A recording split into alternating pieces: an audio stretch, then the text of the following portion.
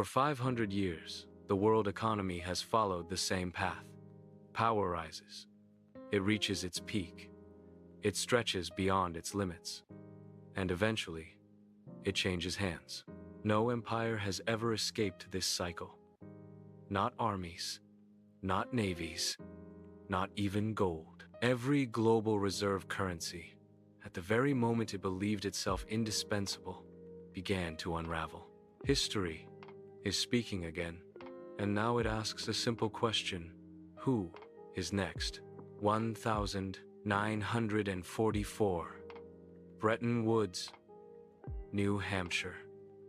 Inside the halls of the Mount Washington Hotel, the global order is being rewritten.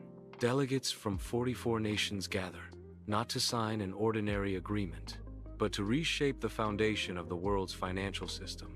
Britain is struggling to stand. 2 centuries of financial dominance have been drained by 2 world wars. Debt is out of control. The empire won the wars, but lost the money. And everyone in the room knows it. Global leadership can no longer be sustained. A rare decision is made. The world's reserve currency will change. The pound steps aside. The US dollar takes its place. But this is not just a change of currency. It is the continuation of a much older cycle. Rise, peak, overexpansion, decline.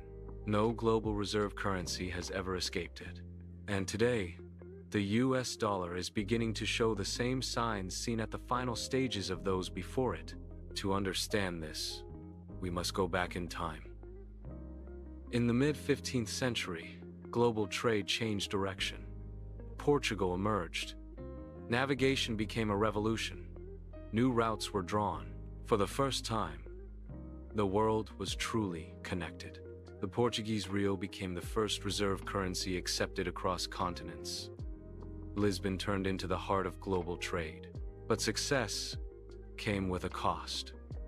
Distant territories, military spending, rival empires, and eventually, collapse. Portugal lost its power. The stage was left empty. Spain stepped in. With silver, with enormous amounts of silver. Wealth from the mines of Potosi flooded the world. The Spanish dollar became global money, but unlimited wealth did not bring stability. Wars followed. Debt piled up. Defaults spread. Inflation surged. The economy collapsed. Spain's dominance came to an end. Then came the Dutch.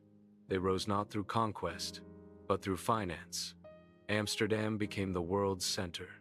Banks, stock exchanges, insurance. But the same mistake returned. Wars erupted. The system broke. This time, the stage belonged to Britain. Industry, colonies, the pound sterling.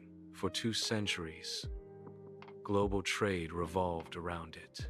Then came the wars. Debt exploded. Power shifted again. The dollar rose, first backed by gold, then by oil.